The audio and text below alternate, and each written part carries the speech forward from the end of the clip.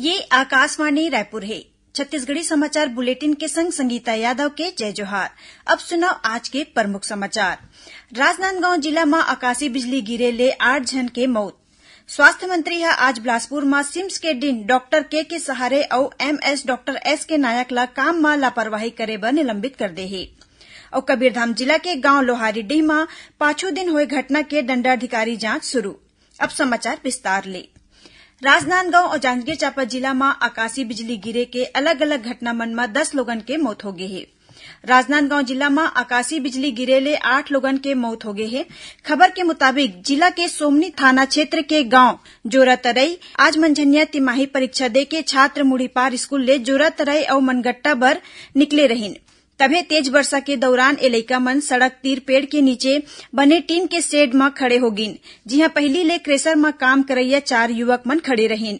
तभे गरज चमक के संग आकाशीय बिजली गिरे ले ए सबो लोगन के घटना स्थल में ही मौत हो गई।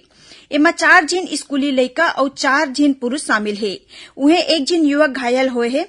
सूचना मिलत पुलिस और प्रशासन के टीम मौका में पहुंचिन घायल मनखे ला राजनांदगांव मेडिकल कॉलेज में भर्ती कराए गए है।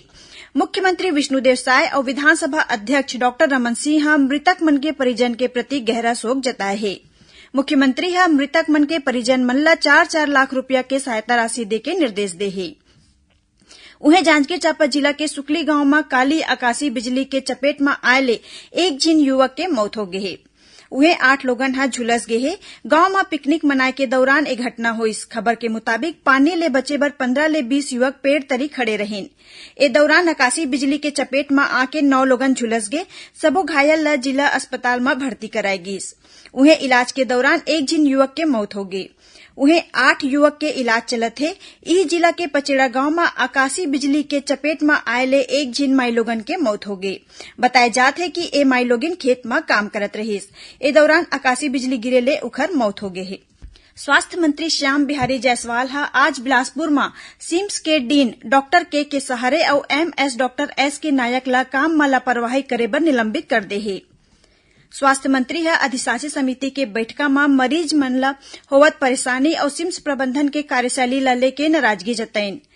एकर पहले स्वास्थ्य मंत्री आज बिलासपुर में सिम्स के विस्तार के रूप में कोनी में बनत मल्टी स्पेशलिटी हॉस्पिटल भवन के निरीक्षण करीन। ओमन अब तक उपलब्ध कराए गए सुविधा के अवलोकन करीन। ओमन 31 अक्टूबर तक निर्माण, खरीदी और भर्ती के काम पूरा करे के निर्देश दीन। श्री जायसवाल अस्पताल शुरू करे के पहली फायर ऑडिट और लिफ्ट के ऑडिट कराए के निर्देश दिन। ओमन 3 माह ही बनत कैंसर इंस्टीट्यूट भवन के घलो जानकारी लीन और मार्च तक पूरा कराए के निर्देश दिन। ओमन बताइन कि सिम्स के नवा भवन घलो यही परिसर में बनही। राज्य सरकार डहार ले एकर बर 700 करोड़ रुपया के स्वीकृति मिले है। कबीरधाम जिला के गांव लोहारीडीह में 5 दिन हुए घटना के दंडाधिकारी जांच शुरू हो गए है। एकर बर अतिरिक्त कलेक्टर निर्भय साहू ला दंडाधिकारी जांच अधिकारी नियुक्त करे गए है। श्री साहू बताइन कि ए जांच बिंदु ले संबंधित जानकारी रखैया मनखे 24 सितंबर ले 4 अक्टूबर तक सार्वजनिक अवकाश ला छोड़ के भिन्या 11 बजे ले संझा 5 बजे तक कलेक्टर कार्यालय में उपस्थित होके लिखित या मौखिक साक्ष्य और अभिलेख प्रस्तुत कर सकत है। इस बीच साहू समाज के प्रदेश स्तरीय 16 सदस्यीय जांच टीम काली गांव के लोहारीडीह पहुंची और मृतक के परिजन और पीड़ित परिवार ले भेंट करके घटना के बाद गांव के हालात के जानकारी ली। छत्तीसगढ़ी समाचार बुलेटिन आप मन आकाशवाणी रायपुर ले सुनत हो।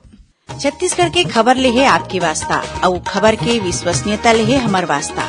आकाशवाणी समाचार रायपुर के प्रादेशिक समाचार बुलेटिन के संगे संग हमार समसामयिक कार्यक्रम आप रेडियो के संग अपन मोबाइल में घलो सुन सकत हो। आकाशवाणी समाचार फेसबुक, ट्विटर और यूट्यूब में घलो हावय। हमार फेसबुक पेज हरे Chhattisgarh news on AIR, Twitter handle CGAIR news और हमार यूट्यूब चैनल हरे छत्तीसगढ़ AIR न्यूज। तो अब रेडियो के संगे संग आपके मोबाइल के माध्यम ले हम आप तक पहुंचत हन। छत्तीसगढ़ के हर खबर पर सुनत रहो आकाशवाणी समाचार। अब आगू बाढ़बो बाचे समाचार कोती। सर्वोच्च न्यायालय कहिन की लइका ले संबंधित अश्लील वीडियो देखना पॉक्सो अधिनियम के उल्लंघन हराय। शीर्ष अदालत देशभर के सबो अदालत ले कहिन है कि कोनो भी न्यायिक आदेश और फैसला में चाइल्ड पोर्नोग्राफी शब्द के प्रयोग झन करे।